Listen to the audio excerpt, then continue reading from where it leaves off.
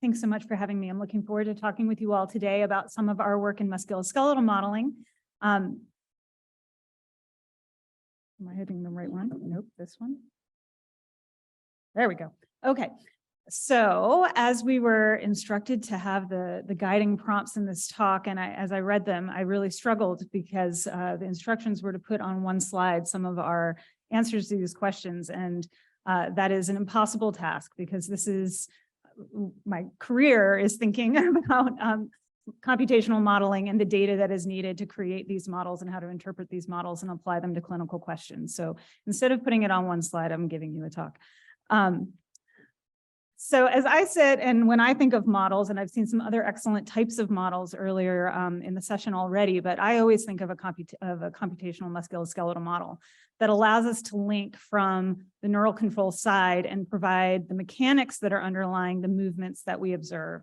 And as someone who is in love with the upper limb, these tasks and functions that we're thinking about are really complicated because the upper limb does so many different types of things. It allows us to interact with the world around us.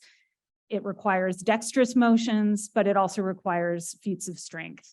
And so thinking about what we mean by personalization actually requires us to think about all of these domains. Are we talking about personalization of the control? Are we talking about personalization of observing how people do these different types of tasks? And if so, which tasks? Or are we thinking about what goes in the middle and personalizing the anatomy and the physiology that we're representing in a physics-based model? Now, we've already seen some great examples of how we have unprecedented access to recording people moving in the real world, as well as in a lab in a variety of different ways and excellent ways that we can have high-density arrays for EEG or EMG to get at the neurological side. But when we think about the musculoskeletal piece in the middle, we're really still in a place where it's very difficult to get the high fidelity and vast amounts of information that describe the anatomy of even a single person. So that makes personalization of the musculoskeletal piece something that we need to think really, really carefully about.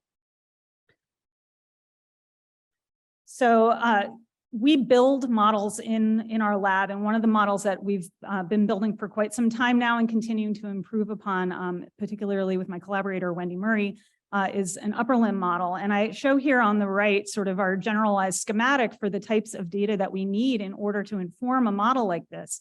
Even a generic model that purports to represent an average individual, whatever that means, requires experimental data to describe the joint kinematics, the segments themselves and their inertial properties, muscle architecture, which even for a simplified Hill model has at least 4 parameters, if not more, per muscle or per muscle compartment, muscle paths, wrapping surfaces, muscle activations. All of these are things that we need to obtain to put into a model. And to create a model like this, again, even a generic model required at least 30 different references from 30 different studies, many of which, you know, we're Frankensteining pieces together from a shoulder from here and a forearm from here, cadavers over here, full body imaging over here. So when we think about the data and, okay, we've got this great computational capacity that we've never had before and all of this wonderful data from movement, and we have like 3 cadavers describing a biceps, right? So we really need to think carefully about what data we even have, who it represents as we start to try to integrate this into a model. Okay, so how do we do this then? Well, one point I'd like to make is that full personalization is not necessarily relevant to all questions. And for clinical questions, many of them can be addressed with targeted personalization based on the most salient features that we can get data for. So when we take this approach, we always start from the clinical setting, talking to the clinicians, thinking about what concerns they have about surgical interventions or rehab interventions, and what the common presentations are that patients come in with for the condition that we're thinking about, but what some of the concomitant features might be that we need, that are the most important ones to represent. And then we can more like tactically go in and personalize models based on what we observe and what we're able to characterize for the particular patient. So that might be, for example, muscle atrophy is always very, very important to the force generating capacity. So we should focus on that if that's something that is variable in this patient population. If we're doing a surgery that alters the muscle path as in a tendon transfer, that might be something that we need to specifically represent, or muscle activation if there's a paralysis. So we can take those specific features and then simulate relevant tasks with an assistive device, with a range of motion, things that they might do in the clinic or do at home. And then from that, extract clinically relevant outcomes. Again, when you're using any of these models, but certainly a musculoskeletal model, you get reams of data of every, muscle fiber length and every moment for every time that you're looking at. And that is simply too much to interpret. We need to think about what we actually care about to pull out of that data set, not only so we can communicate with the clinician that hopefully we're working closely with, but also so that we can validate our models against the clinical data that already does exist. And a key piece here is that this allows us to answer questions we can't do in an experiment.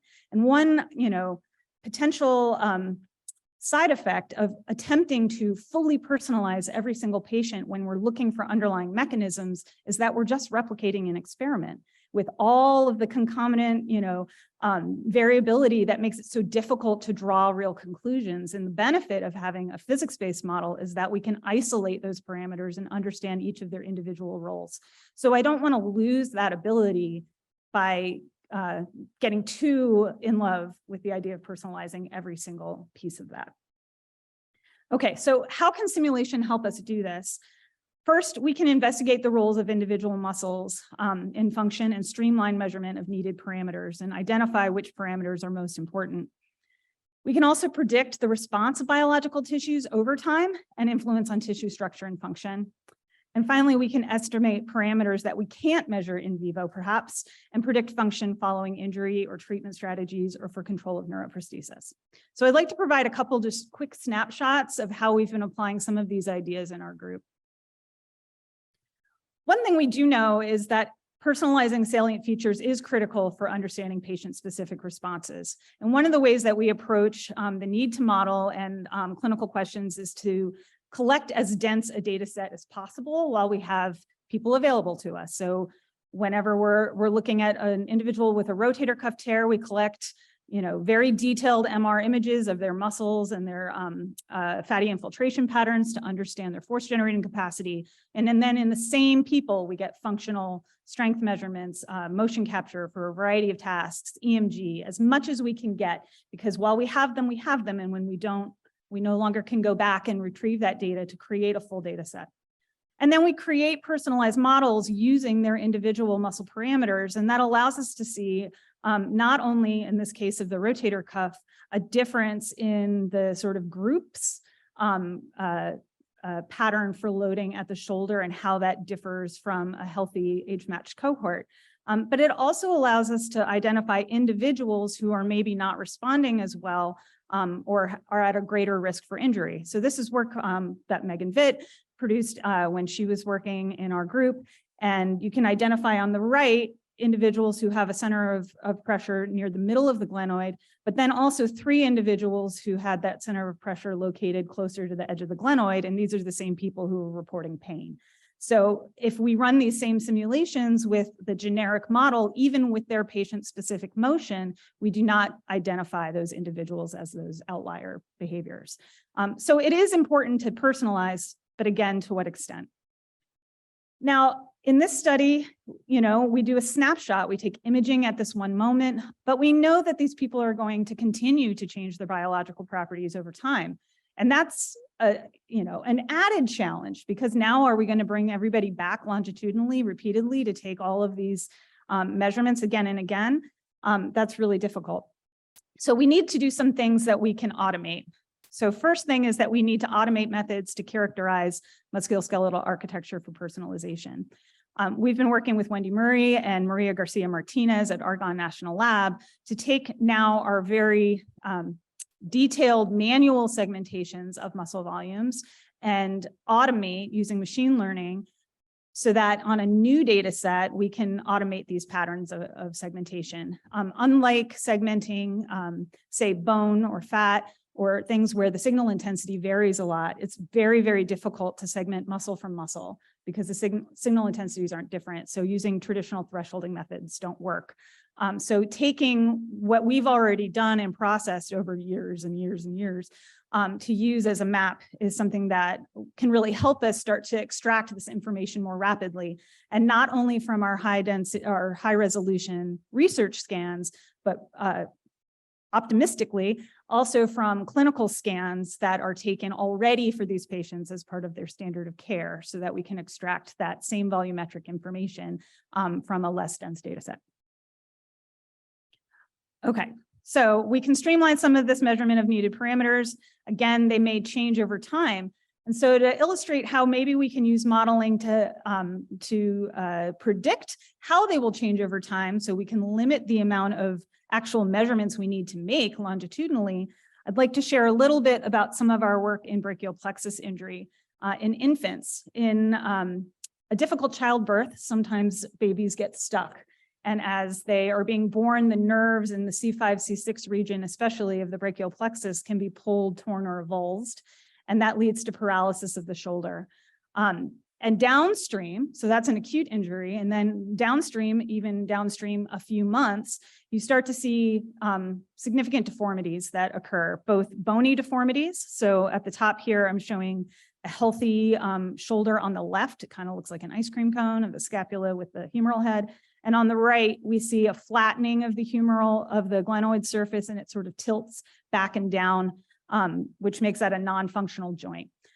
In addition, you get postural contracture of the shoulder and of the elbow that restricts the range of motion, and there's a tightness. And we are finding in our work that this is resulting in a lot of sense from mechanical changes to the muscle associated with atrophy of the paralyzed muscle, but also an inability of the paralyzed muscle to appropriately grow in length. So these muscles are basically staying short as everything tries to grow around it, and they get really, really tight and very, very stiff, and are producing very high passive forces on these joints. So this is a challenge if we want to understand how to treat these. These are parameters that we need to know how they are going to evolve over time. So we have a rodent model of the same injury pattern, and that gives us the unique opportunity to delve into how these parameters change, what the shoulder will look like, take high resolution CT scans, and also characterize the muscle properties over time. And that allows us to fit models to how this should occur and make predictions of how this should occur with time. So we've created a new modeling platform that allows us to link dynamic modeling and OpenSim to growth modeling and finite element platforms, where we use either thermal analogs or osmotic pressure analogs to essentially swell or change the size of elements in our finite element model according to their stress state and biological stimulus. So what we do is we take the OpenSim side and we're able to represent those muscle changes that we've measured. That changes the loading on the joint in a dynamic fashion, and that becomes a boundary condition for our finite element simulations. The shape grows and evolves according to the stimulus, both mechanical and biological, and then that growth is passed back to OpenSim that allows it to grow for the next iteration, and this changes over time.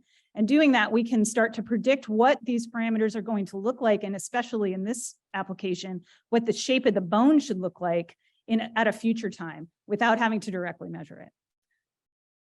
So to show you how this sort of looks, we start from a typical neonatal glenoid morphology coming from MR images of a neonatal rat.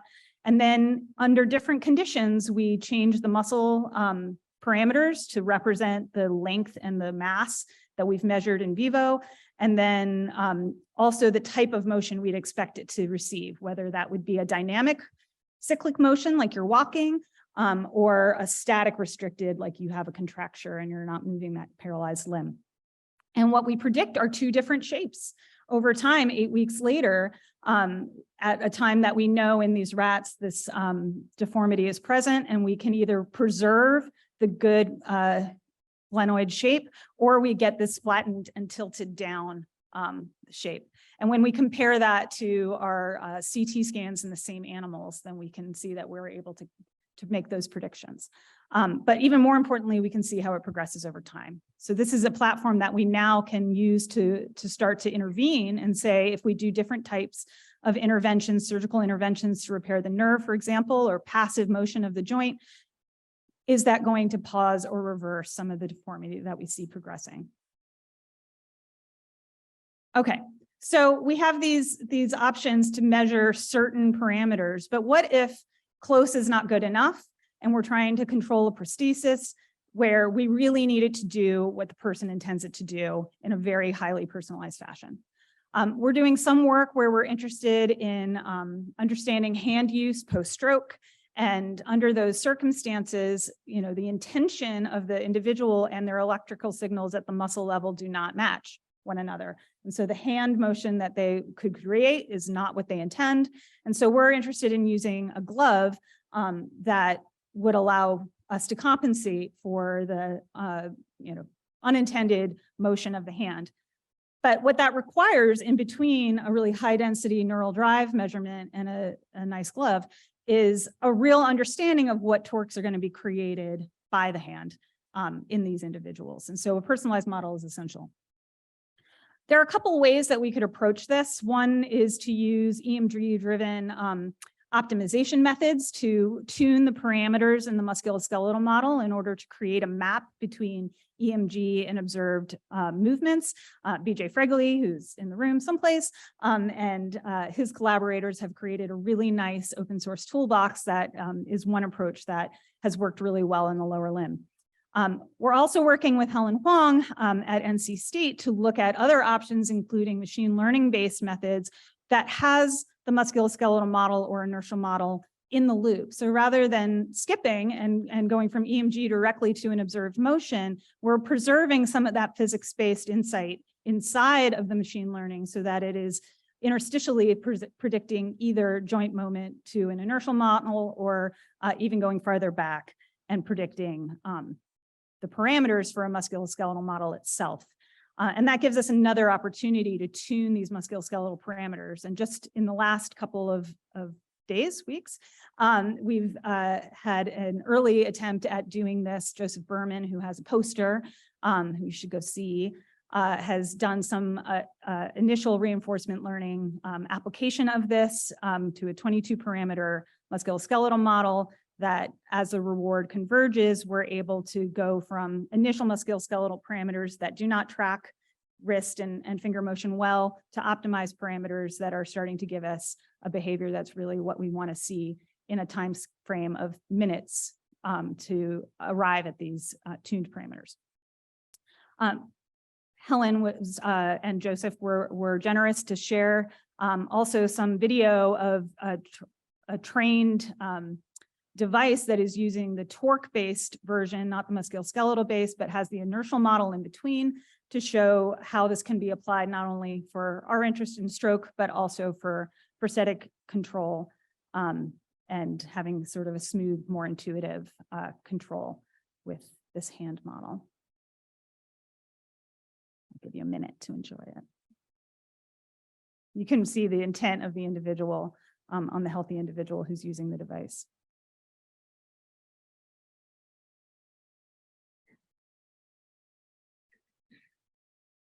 All right, so there's more. Okay. So to come back to here, now we want to start tuning these things, but I just want to reiterate again, in the upper limb, the tasks the upper limb can do are numerous. So thinking about which of these tasks we are now tuning those models to be able to perform becomes a really important question. And especially trying to understand whether there is having the physics-based model in the loop allows us to train on one type of task, like a force-based task, and whether that will translate to other types of non-force-based tasks or vice versa. So that's something that we're looking forward to exploring. So I just wanted to finish with some final thoughts. First, my recommendation is to only use as complex or personalized an approach as is needed to answer the question. This is a really exciting meeting, and I'm so thrilled to see so many different methods coming together. It's really giving me a lot to think about. But we don't necessarily have to use every single tool for every single problem. And so we really want to know what the question is and design our simulations the same way we design our experiments to be targeted to answer that question. The next is that personalizing should be handled with the same awareness of your population diversity as an experiment is. We have very limited musculoskeletal data for the arm for sure as a whole. And so, even if we wanted to do stochastic simulations with a probability function for different sorts of parameters, does that probability function even reflect which population? I mean, some of them, again, are like 3 cadavers. So we need to really think about the fact that just because we're personalizing doesn't mean we're doing something generalizable, right? We're not going to be able to get a whole population if we don't have population data that informs it. So we need to think very carefully about where our data is coming from. As we move towards using optimization and machine learning, maybe to tune these personalized models, we also need to recognize that the predicted musculoskeletal parameters may or may not be physiologically reasonable. And some of that is hard to tell because it's difficult to measure those parameters in the first place. So we also need to think very carefully about how we're validating these models and which parts are validated and which parts are still open-ended questions so that we can see whether we can be excited and use this as a method to detect changes in groups as they compare to one another, or whether we need to be more cautious about over-interpreting what we're getting from these simulations. And then finally, I'll just say, we are all talking today. Many of us have open source tools that we're sharing with one another, and that is awesome for the field.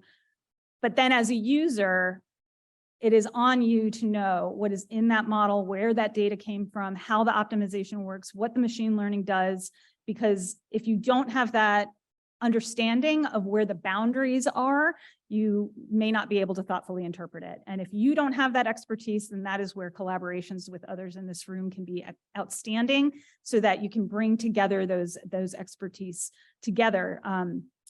That would be my caution, because it is very easy as soon as we have all this computational power to just sort of run the simulation and get some numbers out, and we need to make sure that they're still right and that we understand where they're coming from.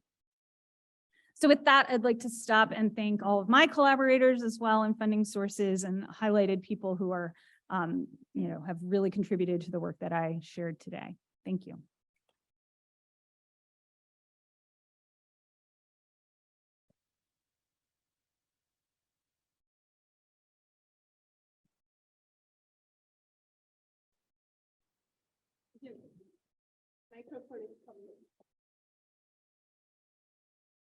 It's a race. Thank you.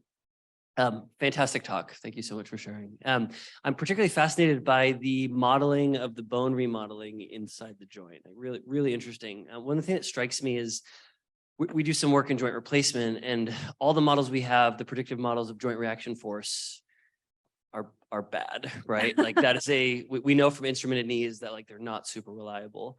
And it seems to me like we're stacking 2 really complicated things here, right? Like we don't know what the reaction forces are, and then we also don't really know how bones remodel dynamically in these complex settings. So I'm curious, are you doing, and maybe that's not, maybe you have really great ideas of how the bone remodel looks like, but are you doing anything to measure those intermediate kind of reaction forces to cross-check the 2 different, or separate out those parts of the model? Or is it really just kind of force goes in black box, or I guess muscle activations go in black box, and then bone shape comes out? Yeah, so I mean, it's a great question, because you're right, we are not directly measuring the contact force, but where this model allows us to evaluate, or at least start to get at that, is that we are not just, in initial simulations, we'd sort of look at the orientation of the joint reaction force and see whether that was consistent with the type of changes we would expect in the bone, or the location of remodeling, or if it were a wear situation, like the pattern of wear or that sort of thing.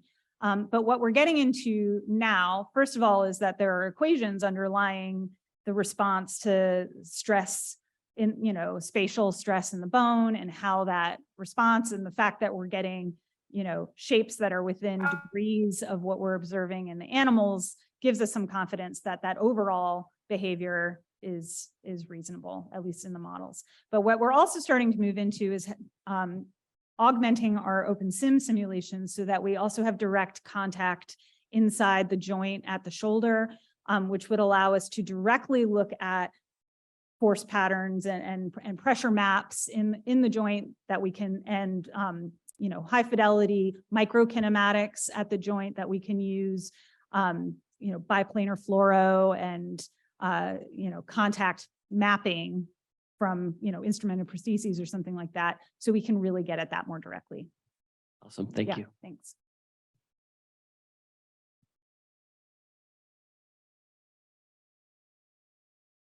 Thanks for the really nice talk. I have a question about pain, which relates to Steve's talk as well. I thought it was really interesting, the results you showed where you found a measure that was associated with pain that's different from joint loading directly. Because, with a model, we can estimate the loading in a joint, but it's not always related to pain. Right. So can you talk a little bit more about why you think that particular measure was related to pain? And if there's other things we might look at as modelers to help understand pain and design, for Steve to optimize a device that would reduce someone's pain? It's such a good question. And especially because there are so many circumstances clinically where the mechanical pattern does not just loading, but the size of a defect in a rotator cuff or whatever does not necessarily align with the pain experienced by that patient. So, to be totally explicit for the room, we are not directly representing pain in any of our models. The closest we sort of get in terms of on the front end is restricting range of motion to be consistent with the pain-free range of motion of that patient. So the model's not accessing a space where the patient can't. But there are these times where we're able to identify something that does seem to be related in the patients that we've looked at. In the shoulder in particular, because it is sort of an inherently unstable joint, it's likely that those particular patients having a loading that seemed to be more near the edge was really representing that was sort of where our model was getting towards, like in the patient, there might have been more translation or impingement or something that would be associated with having a loading that is not directly. So it's not so much about the loading at the joint as it is about what having an off-axis loading means for the motion of that joint, right? And so hopefully that's something where we have the contact inside the model, we'd be able to see that directly in terms of a translation of the joint. But yeah, it's a hard question to answer. Thanks. Yeah. Someone. Oh, sorry. Thanks for the great talk. So I guess by way of maybe thinking about the broader applications of models and personalization, one of the things that we often think about on the technology side of things are the challenges that we face when we develop something in the lab and we want to implement it in the clinic, right? There's often a huge gap there. And I was wondering if you could maybe speak to either your experience with or your perspective on how we do that with models, right? So earlier, a previous speaker mentioned this idea of model reduction. And I suspect that we might need to do some sort of model reduction to make this actually clinically translatable. So can you give us your perspective on that process? So it sort of depends on which part of it you're trying to translate into the clinic, right? If we're doing analyses where we want the knowledge to be translated to the clinic, and in a lot of these, I think what we're providing is the underlying explanation so that the clinicians can use their clinical judgment to fill in the gaps more appropriately beyond the inherently sparse data set that we have, right? By really explaining what they're observing, when they're observing some people doing well and some people not doing well, they can, do their own clinical judgment and extrapolation from there. So one piece is the language that we use and bringing that, clinical analog when we bring out the results of our simulations, of describing models as libraries of anatomical data that they're already familiar with in their clinical literature so that they really understand what we're doing and it's not so much of a black box to them. That's one piece. If what you're trying to do is actually bring the calculation of the model into the clinical pipeline and the speed with which that needs to happen, then part of what we need to do is what I'm describing about how do we extract the data from the clinical record rather than needing a really high resolution arm scan. What can we get from what they're already doing? And so that's where we really, again, need to be in the loop with the clinicians to understand, well, what data is available to them? And then how can we map what we want to do onto what they're getting rather than the other way around? Because if we go in as engineers or scientists and say, you know what, you're going to need to add a 1 hour MR scan to every single clinical case, it's never going to happen. So understanding those clinical limitations before you come up with the solution, I think, is an important piece of that. Thank you. I may pull you a little out of your interest here because I'm going to pull you away from just the upper limb for a second and ask. I do you- some lower limb stuff Okay, too. It's good. fine. I was just thinking about the bone shape and the loading and things like that. I'm wondering if you've thought about the next extension of this being sort of into the realm of fragility and whether we can model how those loadings on differently shaped joints might make someone more prone to an injury. And for me, the interest would be then in like a fall related injury. Oh, yeah, over time. absolutely. I mean, so by having the finite element model, I mean, we're inherently starting to know something about the strength of the structure itself. And that's something we're interested in at the shoulder as well, because in these patients, you know, the scapula is a very fragile bone, and you do see disruption, you know, in a fall or in an overloading situation. So identifying where those weak spots would be, how the overall shape changes, how stable that makes the joint is all something that's a downstream effect of having that in the loop. Yeah, absolutely.